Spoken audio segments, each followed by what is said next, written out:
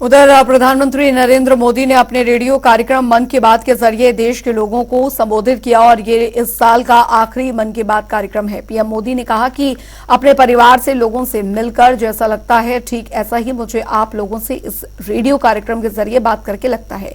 साथ ही मोदी ने देशवासियों को 2024 की शुभकामनाएं भी दी।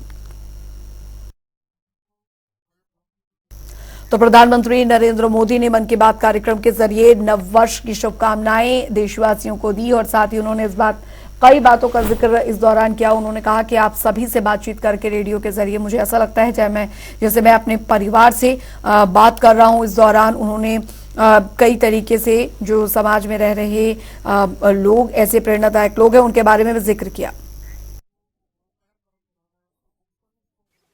फिजिकल हेल्थ को लेकर दिलचस्पी जिस तरह से बढ़ रही है उससे इस क्षेत्र से जुड़े कोचिज और ट्रेनर्स की डिमांड भी बढ़ रही है। जोगो टेक्नोलॉजी जैसे स्टार्टअप्स इस मांग को पूरा करने में मदद कर रहे हैं।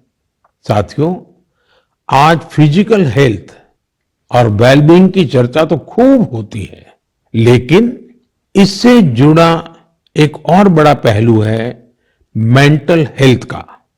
मुझे यह जानकर बहुत खुशी हुई है कि मुंबई के इन्फी हिल और योर दोस्त जैसे स्टार्टअप्स मेंटल हेल्थ और वेलबींग को इंप्रूव करने के लिए काम कर रहे हैं।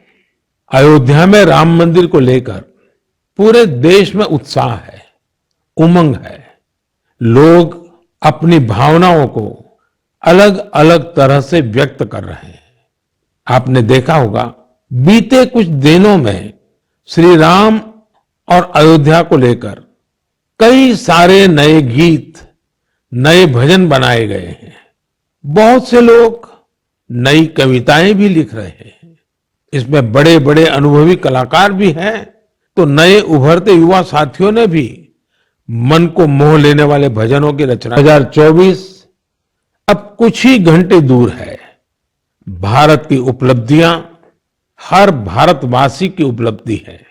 हमें पंच प्राणों का ध्यान रखते हुए भारत के विकास के लिए निरंतर जुटे रहना है। सबसे पहली कसौटी यही होनी चाहिए कि इससे देश को क्या मिलेगा, इससे देश का क्या लाभ होगा। राष्ट्र प्रथम, नेशन फर्स्ट, इससे बड़ा कोई मंत्र नहीं। इसी मंत्र पर चलते हुए हम भारतीय अपने देश को विकसित बनाएंगे, आत्मनिर्भर बनाएंगे।